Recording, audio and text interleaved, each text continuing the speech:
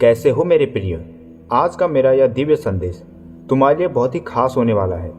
आज मैं तुम्हारी सभी परेशानियों को पहचान कर तुम्हें इस मुश्किल से निकालने के लिए ये संदेश दे रहा हूँ। अगर तुम्हारे पास 2 मिनट हैं तो संदेश को अंत तक सुनना। मैं जानता हूँ कि तुम अभी अंदर से बहुत दुखी हो और तुम अपनी परेशानी को किसी को भी नहीं बताना चाहते हो।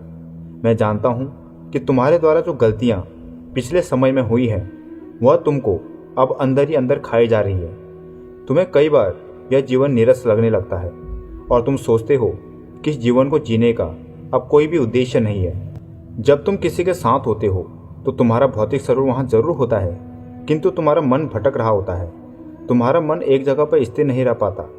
कोई भी अच्छा पल अब तुम्हें वो खुशी नहीं दे पाता। अब तुम सभी उलझनों में व्यस्त होने लगते हो।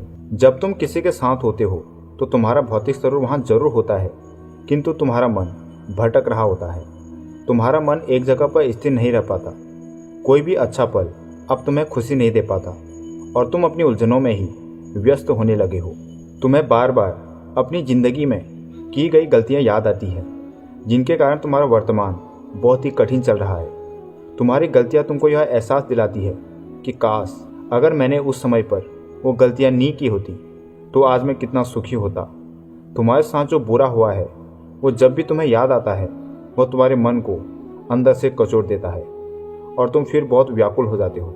तुम्हारी पिछली गलतियों ने तुम्हारे आत्मविश्वास पर बहुत ही गहरी चोट कर दी है और अब तुम्हारा आत्मबल बहुत कमज़ोर हो गया है। इन चिंताओं के कारण तुम बहुत ज़्यादा सोच में डूबे रहते हो, जिस कारण तुम अपने स्वास्थ्य पर भी ध्यान नहीं दे पाते। अभी तुम मानसिक तौर पर बीमार होने के कगार पर हो, किंतु यही चिंता फिर तुम्हें शारीरिक कष्ट भी देने लगेगी। अब न ही तुम कुछ नया सीख पा रहे हो और न ही तुम्हारे अंदर नया करने का जोश है। तुम बस अपने ख्यालों में अपने साथ खोए रहते हो। तुम्हें अब अपना घर, परिवार, दोस्त भी कभी खुश नहीं कर पाते। किंतु तू दुखी मत हो मेरे बच्चे। तेरा दुख दूर करने के लिए यह वीडियो आज तेरे तक पहुंची है। यह सब प्रारब्ध का खेल है। यह इस संसार की वह रचना है जो होकर रहेगी।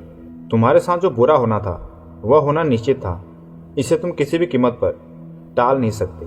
अभी अगर तुम्हें जीवन में दुख मिल रहा है तो यह तुम्हें तुम्हारे कर्मों के कारण मिला है, जिसके तुम खुद भागीदार हो। तुम्हारे द्वारा भूतकाल में जो कर्म किए गए हैं उनका नतीजा आज तुम्हारा वर्तमान है। तुमको यह दुख अगर झेलना पड़ रहा है तो यह तुम्हारा प्रारब्ध है। इसमें तुम्हारी कोई गलती नहीं है। अगर तुम्हारे प्रारब्ध में यह होना लिखा था तो उसका होना तो तय था। तुम अभी थोड़े भोले हो, इसलिए इस दुख में तुम खो गए हो। तुम्हें इस उलझन से निकलने का अभी रास्ता नहीं मिल रहा है। तुम अपनी गलतियों पर अगर पश्चाताप कर रहे हो तो वह करके तुम्हें कोई लाभ नहीं होने वाला है। इस दुख की घड़ी में अगर तुम दुखी ही रहोगे तो तुम्हें कुछ भी अच्छा नजर नहीं आएगा। तुम्हारे साथ जो हुआ उस पर तुम्हारा कोई भी बस नहीं चल सका और वो घटना हो गई। तुम्हारा उस चीज पर कोई भी नियंत्रण नहीं है। किंतु मेरे बच्चे, तुम्हें उस घटना पर क्या प्रतिक्रिया करनी है? तुम अभी अपने वर्तमान को बेहतर कर सकते हो। तुम बीते हुए समय को लेकर अपने आज को बर्बाद मत करो। जो होना था वो हो गया। उन चीज़ों की चिंता करके तुम अपना आज भी खराब कर रहे हो। तुम्हें मेरा यही संदेश है कि तुम्हें बीती हुई घटनाओं को अब याद नहीं करना है, वरना जब भी तुम उन गलतियों को याद करोगे तो दुखी ही रहोगे, साथ ही अपने अभी के पल को बर्बाद कर दोगे।